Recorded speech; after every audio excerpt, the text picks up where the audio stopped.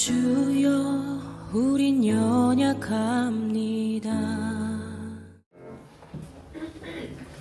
하나님 말씀 보겠습니다. 요한복음 9장 35절부터 41절까지입니다. 신약성경 162페이지입니다. 요한복음 9장 35절부터 41절까지 말씀입니다. 자, 봉독합니다. 예수께서 그들이 그 사람을 쫓아냈다 하는 말을 들으셨더니 그를 만나사 이르시되 내가 인자를 믿느냐? 대답하여 이르되 주여 그가 누구시오니까 내가 믿고자 하나이다. 예수께서 이르시되 내가 그를 보았거니와 지금 너와 말하는 자가 그이니라. 이르되 주여 내가 믿나이다 하고 절하는지라. 예수께서 이르시되 내가 심판하러 이 세상에 왔으니 보지 못하는 자들은 보게 하고 보는 자들은 맹인이 되게 하려 함이니라 하시니 바리새인 중에 예수와 함께 있던 자들이 이 말씀을 듣고 이르되 우리도 맹인인가? 예수께서 이르시되 너희가 맹인이 되었더라면 죄가 없으려니와 본다고 하니 너희 죄가 그대로 있느니라. 아멘. 아멘.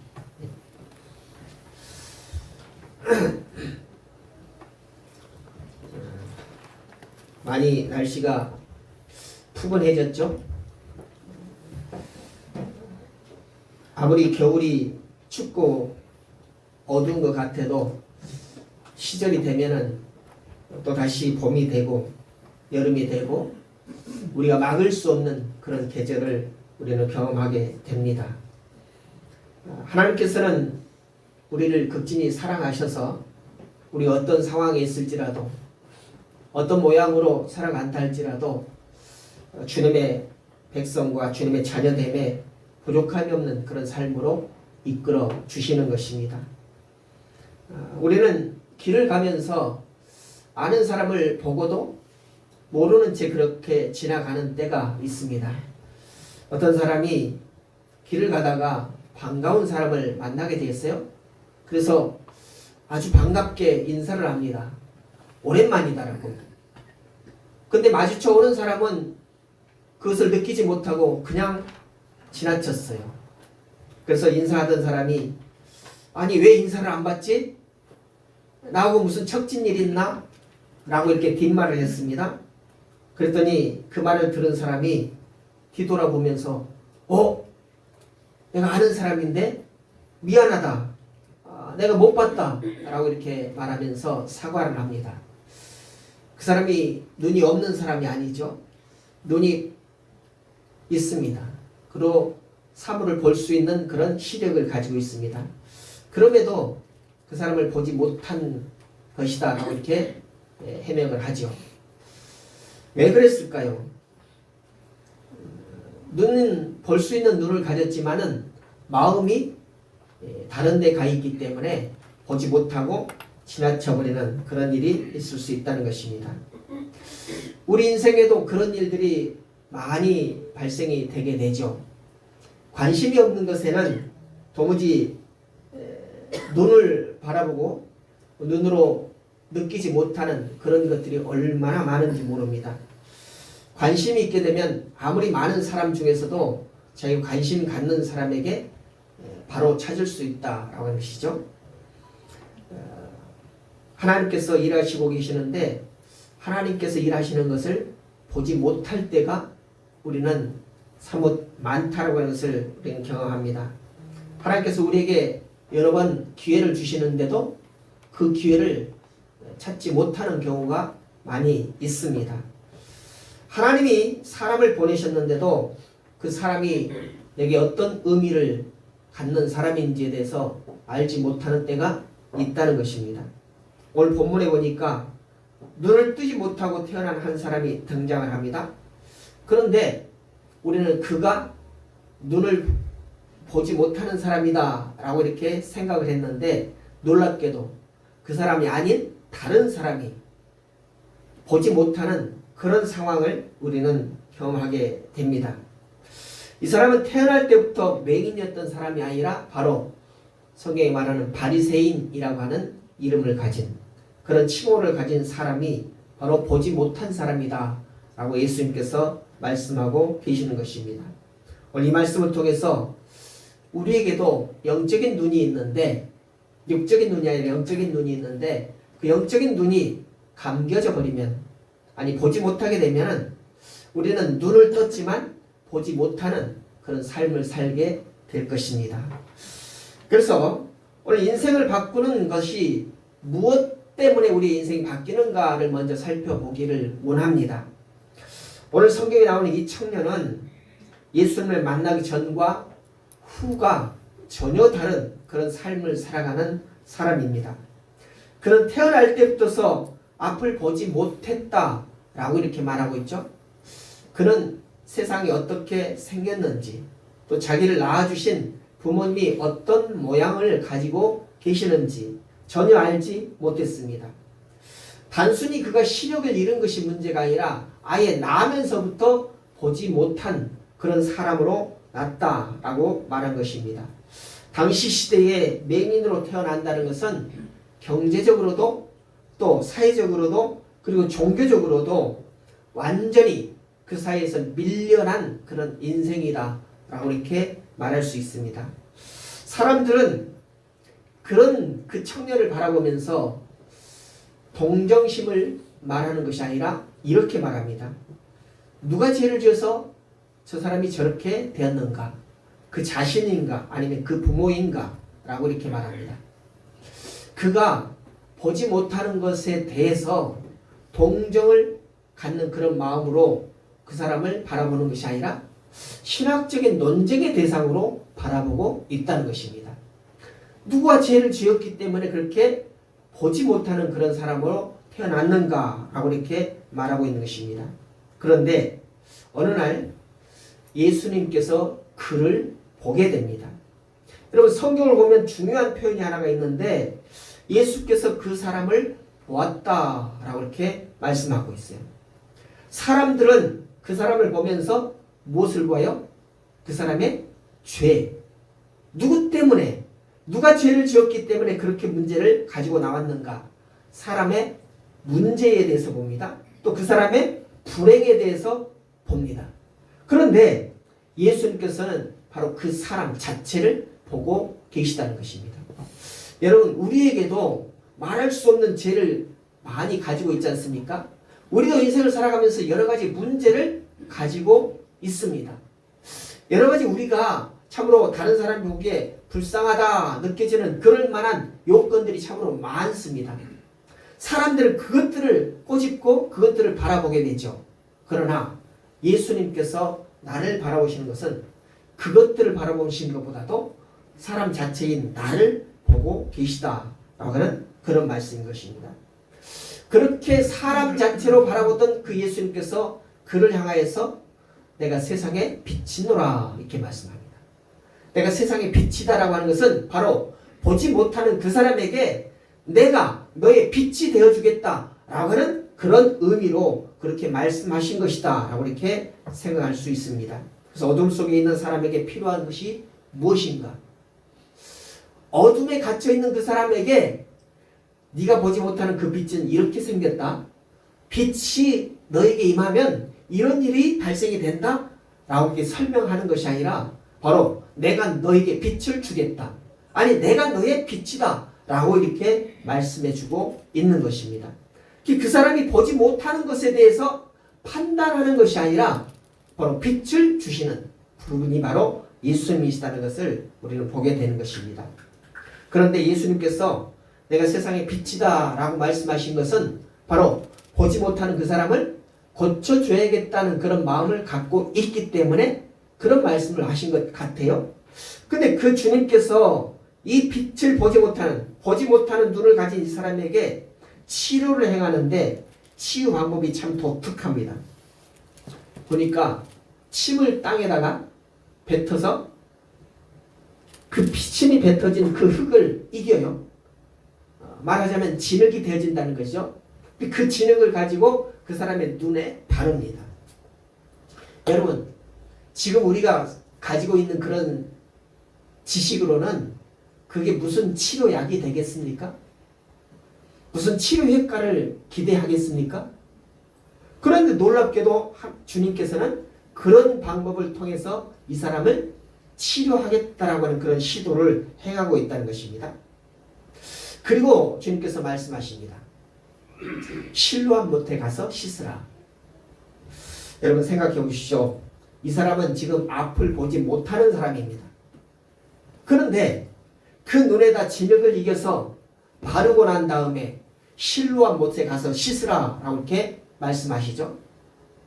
거기까지 가는 거리가 얼마인지는 모르겠습니다. 이 장소가 어딘지 정확하게 보여주지 않기 때문에.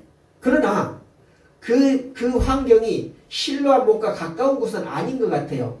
상당한 거리를 걸어서 가야 된다는 것입니다. 아니면 누구의 도움을 받아서 가야 한다는 것이죠.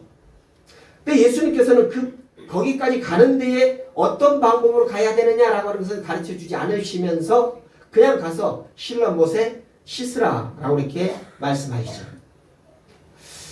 거기까지 가는데 사람들의 시선이 그에게 쏠릴 수 있습니다. 아니 이 대낮에 저 눈을 보지 못하는 그 사람이 눈에다가 진흙을 바르고 다니네? 아니 요즘 같으면은 얼마나 우스꽝스러운 그런 모습이겠습니까? 얼마나 조롱을 받겠습니까? 그러나 앞을 보지 못하는 이 사람은 그런 것에 관여하지 아니하고 이 주님의 말씀하심을 그대로 듣고 따르는 그런 모습을 보게 되죠. 그는 묻지 아니하고 순종하는 그런 모습을 보이게 됩니다. 여러분, 순종이라고 하는 것은 내가 이해되었을 때 움직이는 것, 이것을 순종이라고 하지 않는다는 것을 오늘 말씀을 통해서 우리에게 가르쳐주고 있습니다. 순종은 믿음에서 나온다는 것이죠. 내가 어떤 말을 들었을 때 그 말이 내가 이해가 다 되어진 다음에 그대로 행동하는 것, 이것을 순종이라고 하지 않는다는 것입니다. 뭔가 말을 들으면 이해되지 않는다 할지라도 도무지 내 마음에 합당치 않는다 할지라도 그 말에 따라서 움직여지는 것, 이것을 순종이다 라고 이렇게 말할 수 있다는 것입니다. 그러니까 그가 순종이 그대로 실행이 되어지는데 그 순종은 믿음에서 나왔다 라고 이렇게 말할 수 있는 것이죠. 그리고 그 믿음의 순종이 그 인생의 눈을 뜨게 만들었다는 것입니다. 여러분, 이 사람의 소원이 무엇이었을까요? 이곳 외에 다른 곳에서도 눈이 먼 사람들의 모습을 보게 되죠. 어쨌든 육신의 장애를 가지고 있는 사람은 소원이 무엇이냐고 묻는다면 그가 가지고 있는 그 장애로부터 벗어나는 것, 이것을 소원이라고 말할 것입니다. 아마 이 눈을 보지 못하는 이 사람도 당신의 소원이 무엇인가 라고 한다면 보는 것이 소원이라고 말할 것이에요. 그런데 이 사람은 자기 이해되지 못하는 그런 말을 들었음에도 그것을 온전하게 순종했을 때에 바로 그의 소원, 마음으로부터 가지고 있는 그 소원이 이루어지게 되는 것을 우리는 보게 되는 것입니다. 여러분, 예수님의 기적이 일어났습니다. 눈먼 사람이 눈을 떴어요. 그런데 놀랍게도 이 기적이 일어난 이후에 문제가 시작이 되어지는데 왜 그럴까에 대해서 우리는 한번 생각해 보기를 원합니다. 여러분, 예수님께서 우리가 가지고 있는 그 소원을 응답해 주셨어요. 우리가 가지고 있는 그 문제를 해결해 주셨습니다. 그러면 우리는 무엇을 기대해요? 이제는 평안이다. 이제는 평탄한 길을 가는 것, 이것만이 나의 앞길에 펼쳐질 길이다 라고 이렇게 소원하지 않겠습니까? 그런 마음을 갖지 않겠어요? 아무런 문제 없이 이제는 내가 그동안 보고 싶었던 나의 부모님도 볼 수 있고 나와 가까이 하는 그런 이웃들도 볼 수 있겠다. 내가 뜻하면, 내가 원하면 마음껏 어디든지 다 갈 수 있겠다 라고 하는 그런 기대를 품게 된다는 것입니다. 다시 말해서 내 앞길, 내 인생길에는 아무 문제 없을 것이다 라고 하는 그런 기대를 갖게 된다는 것입니다. 그런데요, 여러분, 놀랍게도 이 사람이 눈을 떴는데 그때로부터 문제가 발생이 되어져요. 예수님을 만나기 전, 이 문제가 해결되기 전에는 그냥 눈 감고 그냥 얻어먹기만 하면 됐었습니다. 그런데 놀랍게도 이 눈이 뜨여진 다음에 예기치 못한 그런 일들이 발생하게 되었다는 것입니다. 그런데 그 문제가 발생된 그 사건 속에서, 그 상황 속에서 반응이 세 가지로 일어나게 됩니다. 이 반응을 세 사람으로 나뉘어 보기를 원합니다. 첫 번째로 봅니다. 은혜를 거부하는 사람이 있어요. 바리새인들은 기적을 부정할 수가 없었습니다. 눈이 멀었던 사람이 눈을 떴습니다. 보지 못한 사람이 눈을 보게 되었는데 이것을 지금 바리새인들도 확인을 했어요. 이것이 가짜다 말할 수 없는 그런 상황이라는 것입니다. 그러면 당연히 어떤 일을 해야 되겠습니까? 이것은 사람이 행한 일이 아니라 하나님께서 하신 일이다 라고 하면서 영광을 누구에게 돌려야 되겠어요? 하나님께 돌려야 돼요. 하나님 정말로 위대하신 일을 우리에게 경험해 주셨습니다.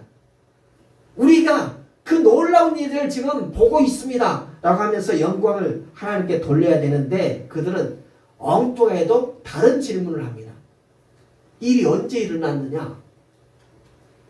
언제 일어났다고요? 안식일에. 안식일에 일어났어요. 주님께서 안식일에 눈먼 자를 눈뜨게 하셨다는 것입니다. 거기에 바리새인들이 마음이 꽂혀가지고 일이 언제 일어났냐? 지금 안식일에 이런 일이 일어났지 않느냐? 안식일에는 아무 일도 하지 않아야 된다는 것입니다. 그런데 놀랍게도 안식일에 이 일이 일어났다는 것에 마음이 꽂혀서 그것을 지적하고 있는 것이죠. 이것이 바로 어쩌면 종교의 무서움, 종교의 두려움이다 이렇게 말할 수 있습니다. 그러니까 기적보다도 규칙이 더 중요해지는 것, 이것이 종교의 맹점이라는 것입니다. 여러분, 하나님의 은혜보다도 규칙, 교회가 정해놓은 그 규칙이 앞서는 것, 이거 절대로 하나님의 원하신 바가 아니라는 것입니다. 하나님의 역사심보다도 전통이 더 중요해지는 것, 이것이 종교의 맹점이라는 것이죠. 그래서 결국 그들은 뭐라고 합니까? 눈뜬 이 사람에 대해서 뭐라고 해요? 죄인이라고 말이지. 보지 못하던 사람이 눈을 떴는데 그날이 안식이라고 해가지고 그 사람이 죄다 라고 이렇게 말하고 있는 것을 우리는 보게 됩니다. 여러분 생각해 보십시오. 빛이 눈앞에 있는데도 어둠을 선택하는 사람들이 바로 바리새인이라고 말할 수 있습니다. 눈이 있어도 보지 못하는 사람이 바로 바리새인들과 같은 사람이다 라고 하는 것이죠. 그 다음에 두 번째 반응을 보십시오. 두 번째로 반응한 사람은 이 눈을 뜬 사람의 부모입니다. 그들은 자기 아들이 보지 못하다가 보았던 사실을 분명하게 알고 있습니다. 그가 그들의 아들이기 때문에. 그는 태어날 때부터 맹인이었습니다. 그런데 지금은 맹인이 아니라 보고 있다는 것이죠. 그러니까 날 때부터 보지 못하던 것을 이 부모들은 분명히 알고 있고, 근데 지금 어떤 사람을 만나고 난 다음에 우스꽝스러운 그런 일을 행한 다음에 눈이 떠졌어요. 여기까지 분명히 확실하게 알고 있는데, 그런데 중요한 질문은 그들에게 이런 질문이 됩니다. 그의 눈을 뜨게 한 사람이 누구냐? 그랬더니 이 부모들이 뭐라고 대답해요? 내가 그가 누구인지는 알지 못하지만 그 사람이 이렇게 이 아이를 눈을 뜨게 했습니다 라고 이렇게 말해주면 됐을 텐데 자기들은 그 말을 하기 싫어요. 왜? 바리새인들이 안식일에 그 일이 일어났기 때문에 그 일을 당한 사람, 너도 죄인이다 라고 하는 것 때문에. 아들이 죄인이면 부모도 죄인으로 그렇게 묶여서 나갈까 봐서 두려워서 뭐라고 합니까? 그가 성인이니 그가 다 잘한 사람이니 그에게 그가 당한 그 일을 물어보라 라고 이렇게 대답을 합니다. 자기들도 알면서 분명히 맹인이었던 자기 아들이 눈을 뜬 것을, 그리고 누가 눈을 뜨게 했는지도 보았으면서도 그것에 대해서 확실하게 증언하지 못하고 그 자신에게 말하게 하는 이 사람을 보게 됩니다. 왜 그런가 했더니 오늘 성경은 유대인을 두려워한 것 때문이라는 겁니다. 왜 유대인들을 두려워했을까요? 왜 그 아버지가 유대인들을 두려워했을까요? 그것은 바로 안식일에 해야 할 일을 하지 않고 하지 않아야 할 일을 했기 때문에 이것은 종교의 규칙을 어겼으므로 출교의 대상이다 라고 하는 그런 말을 들었고 또 알고 있기 때문이라는 것입니다. 출교라고 하는 것은 단순히 내쫓김을 받는 것, 어떤 분리가 되는 것, 이것을 넘어서 경제적인 활동도 하지 못하고요. 또 사회적인 그런 공동체 생활도 할 수 없게 됩니다. 그게 완전히 떨어져 나가는, 완전히 분리되어지는, 완전히 이방인이 되어지는 그런 상황이기 때문에 그것이 두려워서 내 아들은 비록 쫓겨날지라도 우리는 쫓겨나지 않아야 되겠다라고 하는 그런 마음에서 나에게 묻지 말고 그 일을 당한 내 아들에게 물어보십시오 라고 이렇게 말하고 있습니다. 여러분, 그들은 자기들이 보았던 그 믿음의 현장, 그것을 솔직하게 증언하지 못하고 안전함을 선택했다는 것입니다. 믿음을 선택하는 것이 아니라 자기의 안위를 선택했다라고 말할 수 있습니다. 오늘날 우리 교회 안에도 그런 신앙을 가지고 있는 사람이 분명히 있을 것입니다. 내가 어려운 상황이 되면 내 신앙을 간직하고 내 신앙을 고백하기보다는 안전을, 안위를 걱정하는 그런 마음을 가진 사람들이 있다는 것이죠. 예수님을 부인하지는 않는데 예수님을 증언하지도 않는 그런 믿음, 그런 신앙을 갖고 있다는 것입니다. 우리는 이런 사람을 향해서 믿지만 조용하게 믿는 사람이다 라고 이렇게 말할 수 있습니다. 세 번째 반응을 보십시오. 마지막으로 눈을 뜬 사람인데 그는 신학자가 아닙니다. 그는 율법을 공부한 사람도 아닙니다. 아니, 마음으로부터 하나님에 대해서 깊이 알고 싶고 또 율법에 대해서도 좀 더 깊이 지식을 갖고 싶은 그런 마음이 있었다 할지라도 보지 못하기 때문에 절대로 그런 일을 행할 수 없는 그런 사람이라는 것입니다. 그런데 그의 증언은 아주 단순합니다. 내가 맹인이었다가 지금은 보는 것입니다. 볼 수 있습니다. 라고 이렇게 증언을 해요. 아예 그 사람들이 너의 눈을 뜨게 한 사람이 누구냐? 어떻게 되었느냐라고 이렇게 물었을 때 거짓말로 나는 원래부터 눈을 떴습니다. 원래부터 보는 사람이었습니다. 라고 했으면은 출교를 당하는 일은 없었을 것입니다. 그런데 속이지 않냐고 자기가 당한 그 경험을 그대로 말하고 있습니다. 이것이 가장 강력한 간증이다 라고 이렇게 말할 수 있어요. 다시 말해서 증인의 삶을 살아가고 있다는 것입니다. 신학적인 논쟁이 아닙니다.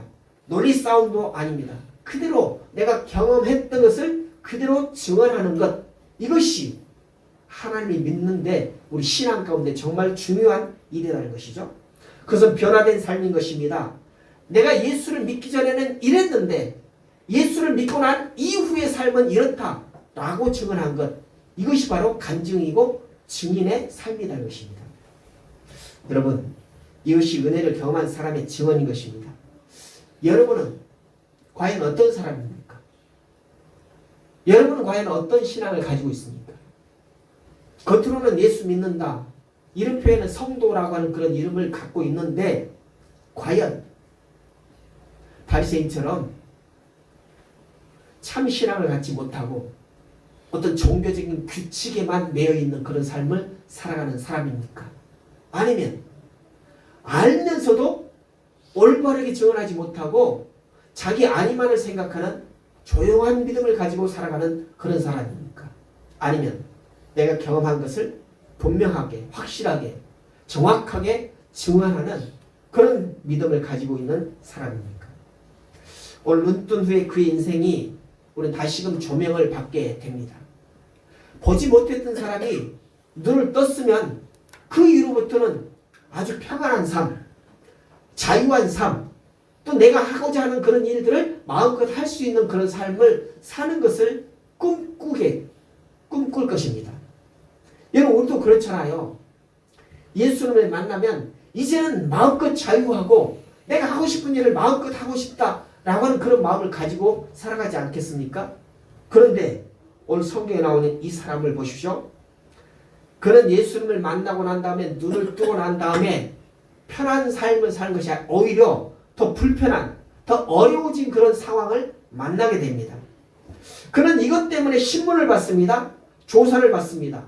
결국에 출교를 당하는 일까지 맞게 됩니다. 생각해 보십시오. 평생 눈을 보지 못했습니다. 그런데 이제 막 눈을 떴습니다. 그런데 그런 그를 잡아다가 조사하고 신문하고 심지어는 그 사회 공동체에서 쫓아내버리는 그런 일을 당하게 됐어요. 이제 우리의 마음으로 보면은 눈 뜬 것이 복이에요? 불행이에요? 네? 보지 못하다가 눈을 떴는데 행복입니까? 불행입니까? 여러분이 보지 못하다가 눈을 뜨면은 행복하고 싶어요? 불행하고 싶어요? 근데 이 청년은 어떻게 됐어요?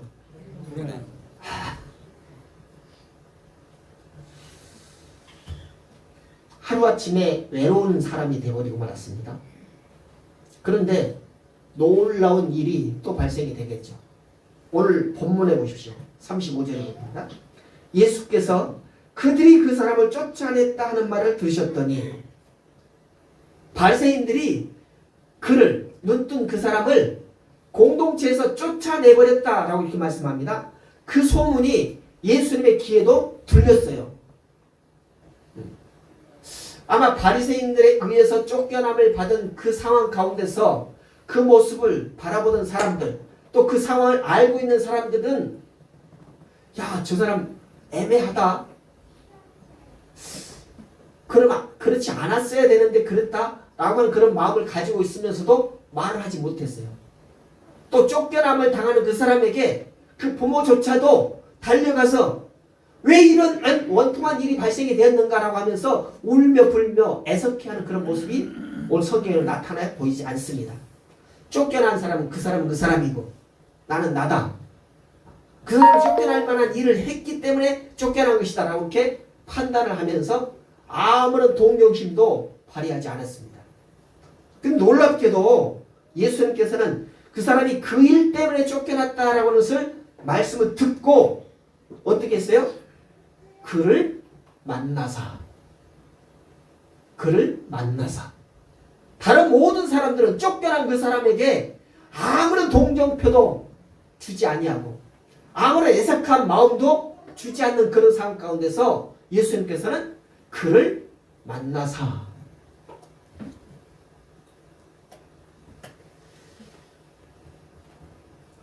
성경에 보십시오.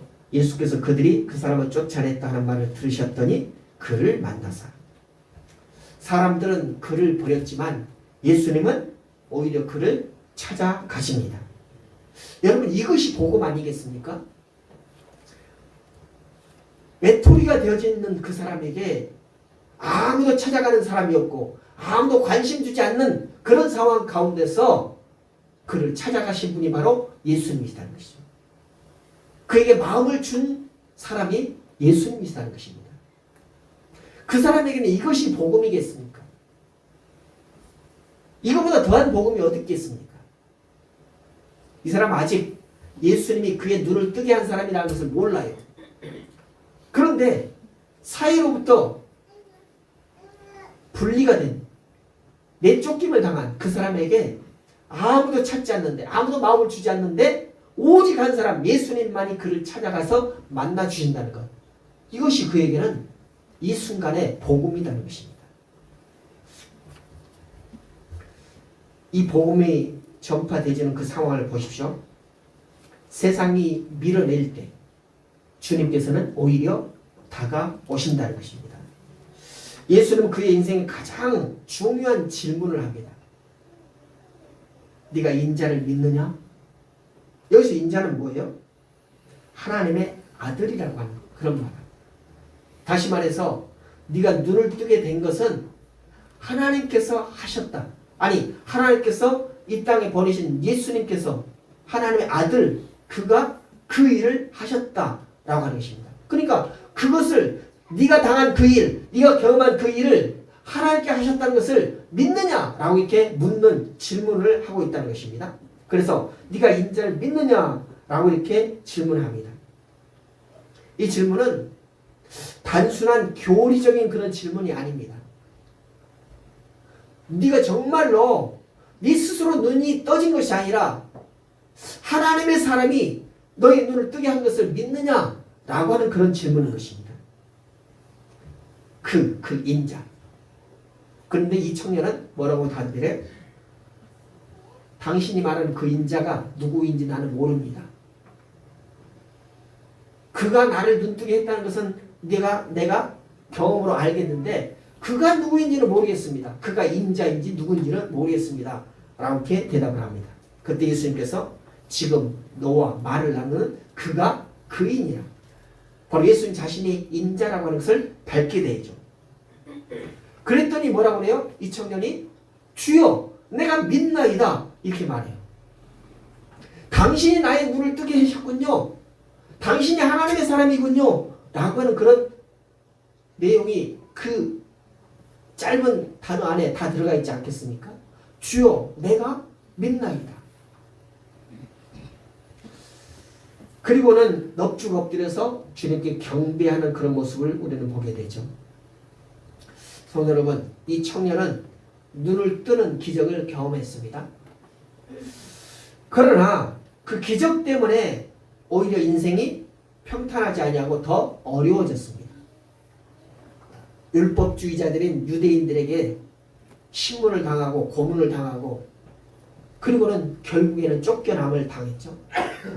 그런데 놀랍게도 그 상황 가운데서도 주님께서는 다시 그에게 다가가시고 그를 만나 주셨습니다.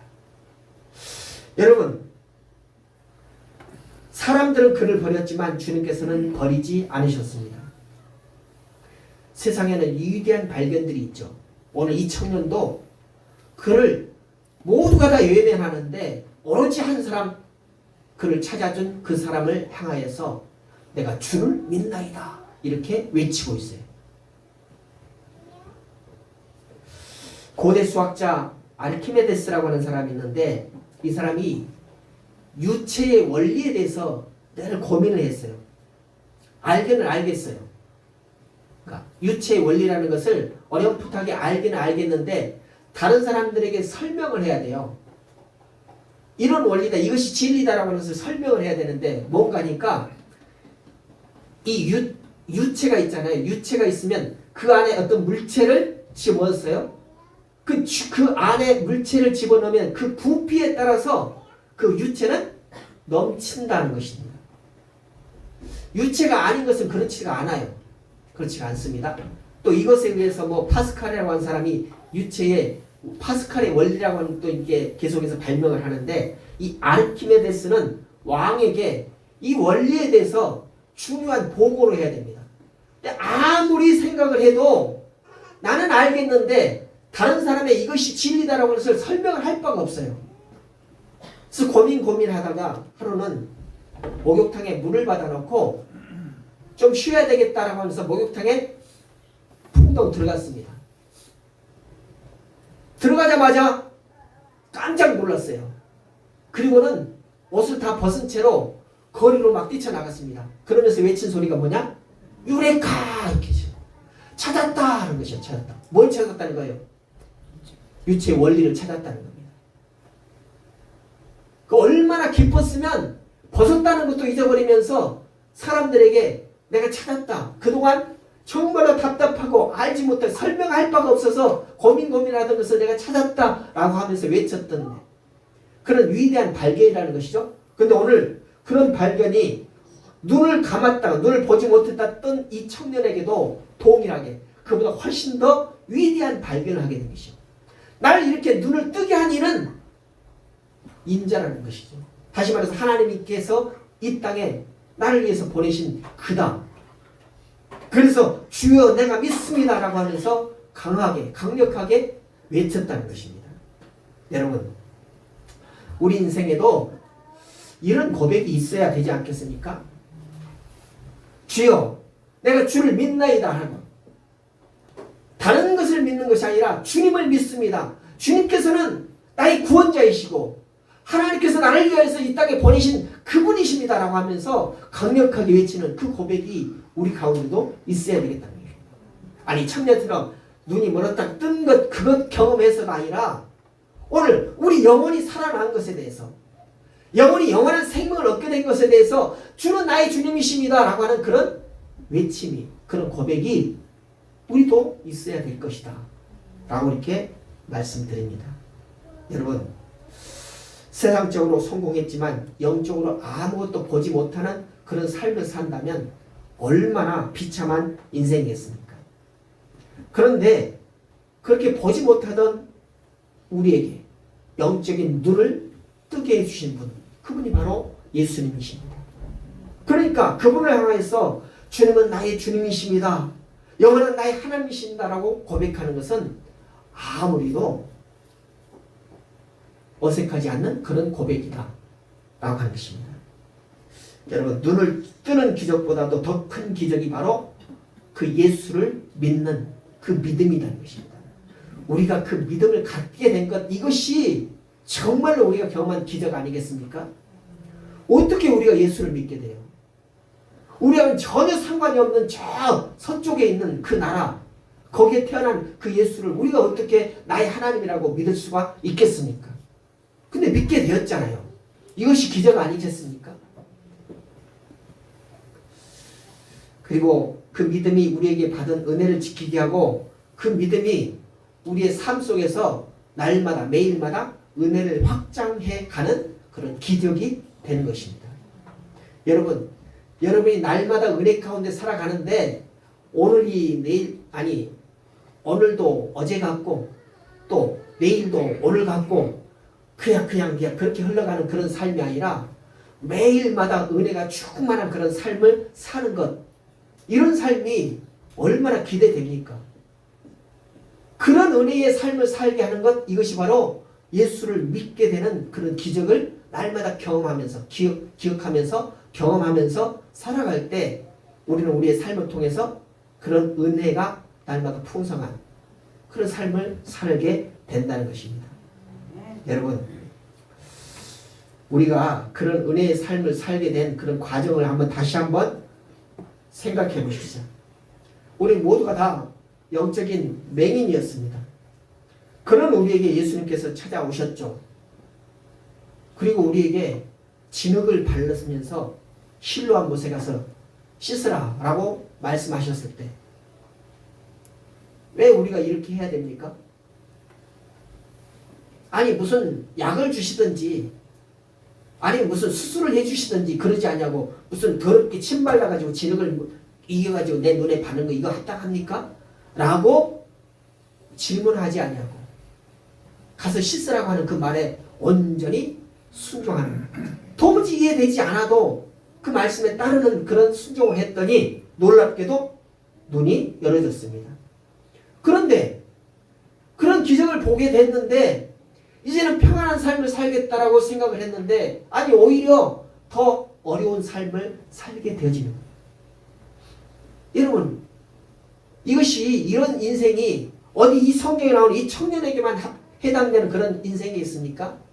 우리에게도 그런 일들이 얼마나 많이 일어납니까? 우리가 기대하는 바가 무너지고 기대하지 않았던 일들이 우리에게 막 닥쳐오면서 고난의 시간들이, 그런 역정의 일들이 얼마나 우리에게 많습니까? 그런데 그런 우리에게 주님께서 다시 찾아오십니다. 그리고 네가 나를 믿느냐? 라고 말씀하시죠. 그럴 때 우리 마음이 얼마나 평안해집니까? 주님께서 나를 아시고 주님께서 나에게 위로를 주시고 주님께서 너는 나의 자녀다, 아니 내 친구다 라고 이렇게 말씀해 주실 때 얼마나 우리의 마음이 평안해졌습니까? 그래서 우리는 주님이 나의 주님이십니다, 주를 내가 믿습니다 라고 이렇게 고백하는 것, 이것이 우리의 신앙의 과정 속에 일어나는 그런 일이라는 것이죠. 어떤 우리가 뭐 경제적인 풍요함이 있어서 내가 편하고 어떤 지위가 높아져서 내가 예수를 믿는 것, 그런 것이 아니라 평범한 삶이지만 그러나 내 마음을 아시는 그분이 내게 오신다는 것, 이 답답한 마음을 알아주시는 분이 주님이시다는 것, 그것 때문에 내가 주를 믿나이다. 주는 나의 하나님이시다라고 이 고백하는 것, 이것이 정말로 우리의 삶에 기초되는, 기본되는 그런 삶이 있을 때에 얼마나 영적인 평안함을 누리겠습니까? 오늘 하나님께서 우리에게 이렇게 묻고 계십니다. 네가 인자를 믿느냐? 네가 인자를 믿느냐? 라고 질문하십니다. 이것은 지식이 아닙니다. 전통이 아닙니다. 습관이 아닙니다. 정말로 네가 만난 예수를 믿느냐라고 하는 그런 질문인 것입니다. 이 질문에 오늘 우리는 어떻게 대답을 해야 될까요? 네가 인자를 믿느냐라고 질문했을 때 여러분 어떻게 대답하시겠습니까? 마음으로 믿지만 말로 못하겠어요? 대답해 보십시오. 여러분 인자를 믿으십니까? 아멘이 아니고 내가 원하는 답은 아멘이 아니에요. 여러분 인자를 믿으십니까? 네. 주여 내가 믿나이다.